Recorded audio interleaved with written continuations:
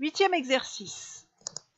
Le 26 mai, vous visitez avec monsieur et madame Martin. Alors, ils aiment la maison, mais ils trouvent qu'il faut refaire les volets, revoir la cheminée pour la remplacer par un poêle à granulés. Ils ont par contre apprécié les volumes, la couleur du carrelage et le joli lavement en céramique dans les WC. Ils ont adoré la chambre d'amis avec son alcôve. Ils doivent nous rappeler très prochainement. L'exercice est relativement simple. Enregistrez cette visite.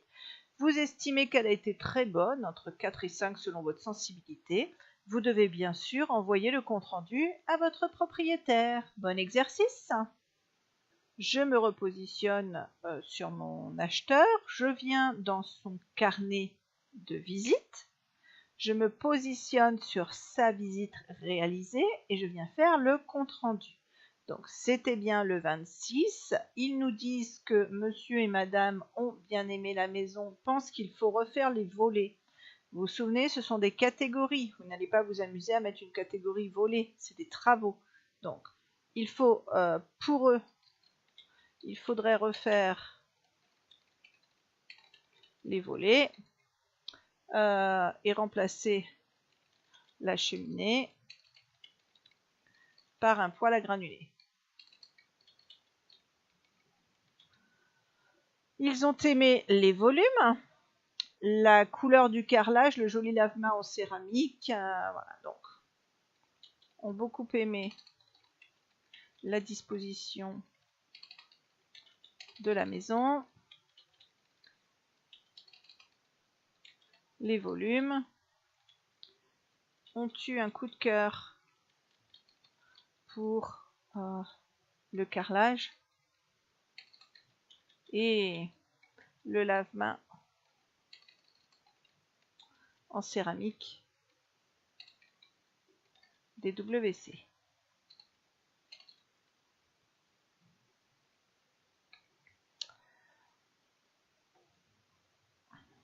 D'une manière générale, la visite a été plutôt positive. Nous attendons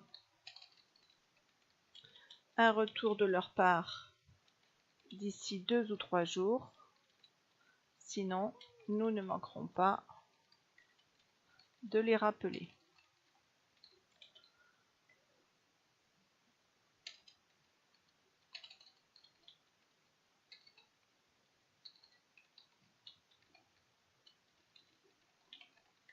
Madame a beaucoup aimé la chambre d'amis, notamment son alcôve.